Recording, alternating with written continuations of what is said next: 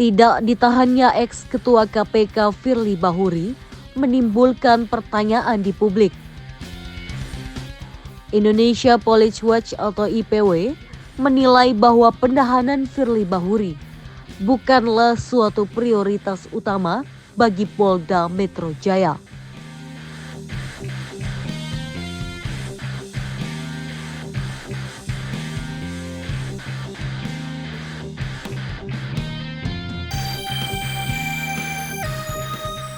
Sugeng menambahkan, hal yang penting saat ini bagi penyidik Polda Metro Jaya adalah bagaimana berkas perkara pemerasan dalam jabatan TPPU bisa dinyatakan lengkap oleh jaksa peneliti atau dinyatakan P21.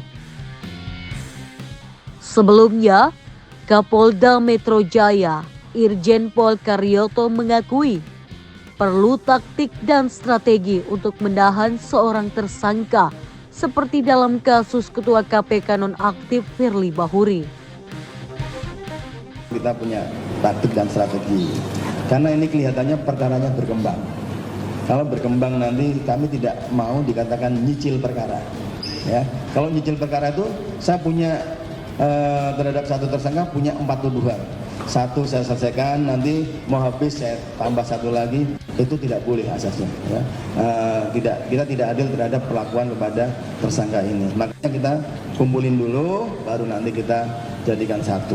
Ya. Kita perlu taktik dan strategi yang tepat, sehingga nanti kita jangan buang-buang waktu dan jangan sampai kita juga menghukum orang berlebihan. Ditahan, nanti ditahan lagi, nggak cukup carikan perkara lagi, tidak boleh. Karyoto juga menjelaskan, jangan sampai menahan seseorang secara berlebihan.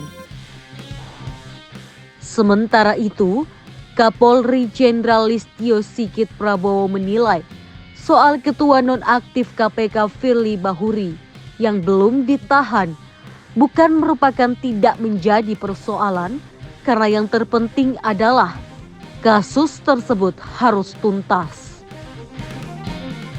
Menurut Listio, hal paling utama dalam kasus dugaan pemerasan oleh Firly terhadap mantan Menteri Pertanian atau Mentan Syahrul Yassin Limpo itu ialah bagaimana perkara dapat memberikan kepastian hukum kepada semua pihak yang terlibat.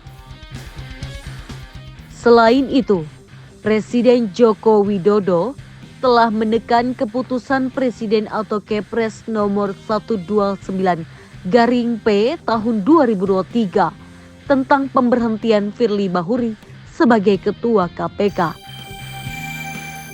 Kepres tersebut ditandatangani Presiden Jokowi pada 28 Desember 2023 dan berlaku sesuai tanggal ditetapkan. Sebelumnya, Polda Metro Jaya menetapkan Firly Bahuri atau FB sebagai tersangka sebagaimana dimaksud dalam pasal 12E atau pasal 12B atau pasal 11 Undang-Undang Nomor 31 Tahun 1999 tentang pemberantasan tindak pidana korupsi sebagaimana diubah dan ditambah dengan Undang-Undang Nomor 20 Tahun 2001 tentang perubahan Undang-Undang Nomor 31 Tahun 1999 tentang pemberantasan tindak pidana korupsi sebagaimana yang diubah dan ditambah dengan Undang-Undang Nomor 20 Tahun 2001 tentang perubahan Undang-Undang Nomor 31 Tahun 1999 tentang pemberantasan tindak pidana korupsi, contoh pasal 65 KUHP yang terjadi di wilayah hukum Polda Metro Jaya pada sekira tahun 2020 sampai 2023.